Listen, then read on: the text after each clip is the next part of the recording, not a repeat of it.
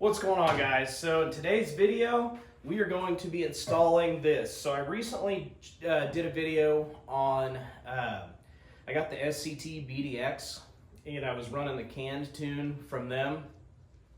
Since then I got my MPT tuning tunes and they are awesome. The truck drives completely different than it did before. It goes through all 10 gears.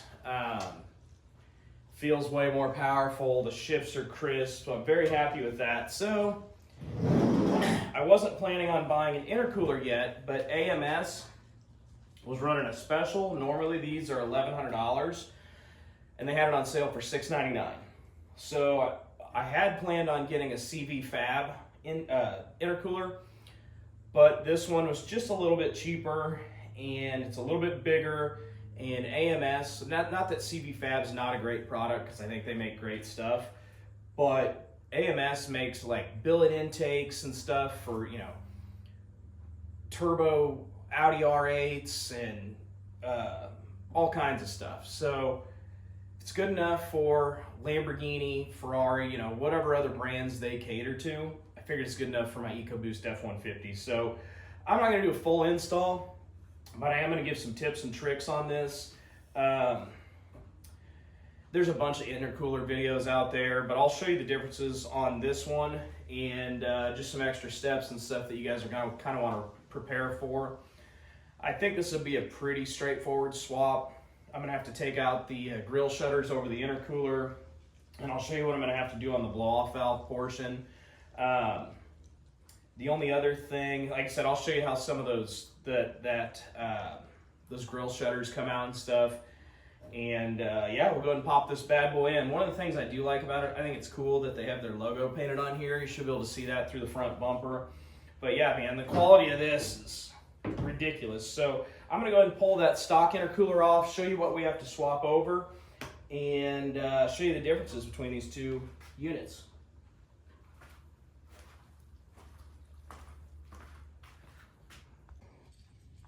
All right, guys, so one of the steps you do have to do, this plastic shroud, I've just got a flathead. You're just gonna have to kind of maneuver it.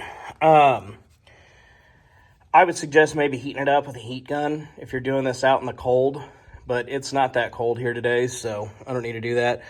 But just kind of maneuver it around, and you're gonna take out this whole shroud, and then I'll show you the next step.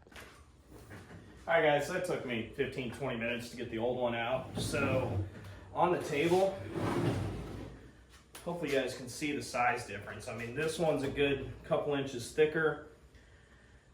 It's got aluminum end caps. These are plastic. So I do think if you're towing, we're living a hot climate, the charged air cooler, intercooler, whatever you want to call it, for the stock EcoBoost trucks, it's just not enough. I don't race, I don't tow a whole lot, but even in the summer, 100-degree day, you can definitely tell the truck's way down on power. So how these work is, think about it this way. You're boiling a pot of water. Let's say you're boiling a gallon of water versus 5 gallons. Which one's gonna heat up quicker? That is my explanation on how these work. Maybe somebody will tell me I'm wrong, I don't know. So the only difference in these is I'm not gonna be able to use my Turbo Smart blow-off valve anymore. I'm gonna have to go back to the stock one and take it apart and put the actual, just the valve on here. And I'll show you guys that here in just a sec. So you will take these rubber isolator things off the old intercooler and put them on the new one. So when I ordered this, I didn't know about the blow-off valve portion. If that's a big deal for you, you might look at a different option. To me, whatever, who cares? So I'm gonna move you guys over here.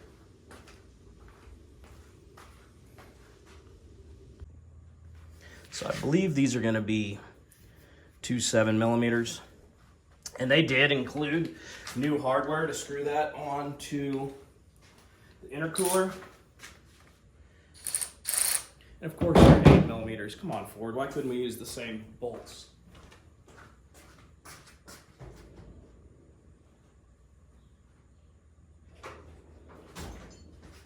Now I did consider buying a new diverter valve because mine's got 40,000 miles on it. Truck's 2020, so it is almost 6 years old. So if I start seeing any issue, and of course I need an extension. If I start seeing any issues with that, I'll order a new OEM Ford one, which are kind of expensive. They're like 70, 80 bucks.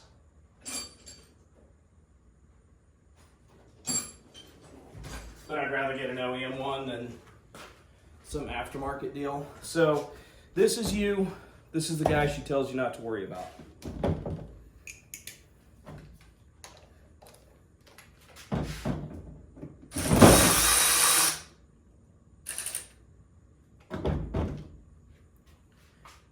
Okay, it's SAE. Give me a sec. All right, guys, they're 5/16. Now, this is a key part of the install. AMS, I don't know if you can see that. They give you new bolts to screw this in. If you use the factory ones, it will jack up your intercooler. So just make sure you're paying attention to that.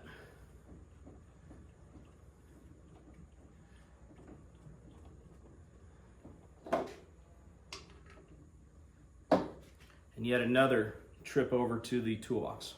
I believe that's going to be a 10 millimeter, so shout out to AMS for that. Or not, because nobody has a 10 millimeter. I do. So I'm just going to carefully tighten these down by hand, just to make sure we're not using the Lord's Loctite by cross-threading them. We'll zip those down. I don't think they need too much torque.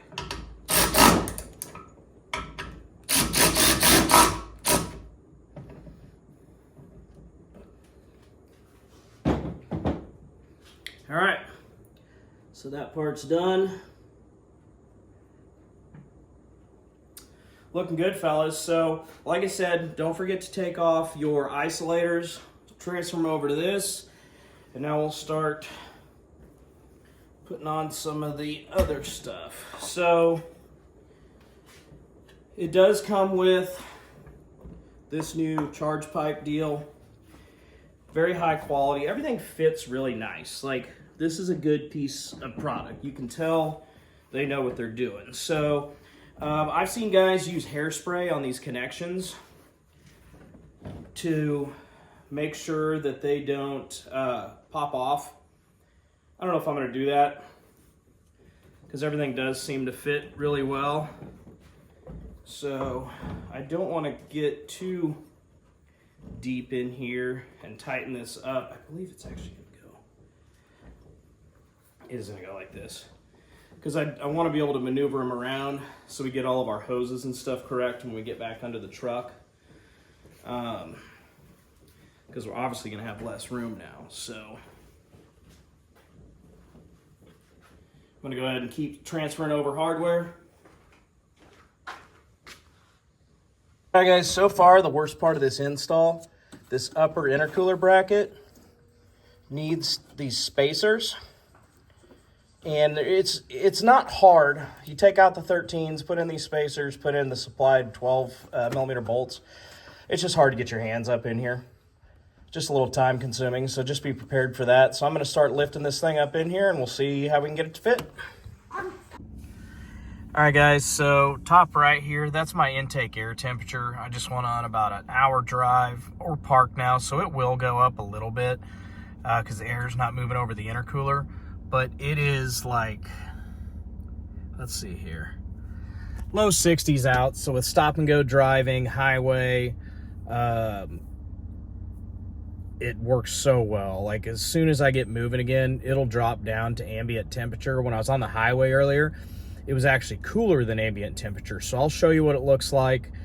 Even if you're on a stock EcoBoost, say hi. Hi. Even if you're a stock truck, I still highly recommend an intercooler. I mean, you don't have to be tuned for them, but the stock intercooler, it's just, especially if it gets hot where you live, it's just so I can't think of the word. I mean, it definitely needs a bigger one from the factory. So, like I said, I'll show you what she looks like on the outside and underneath, and we'll wrap this one up, guys.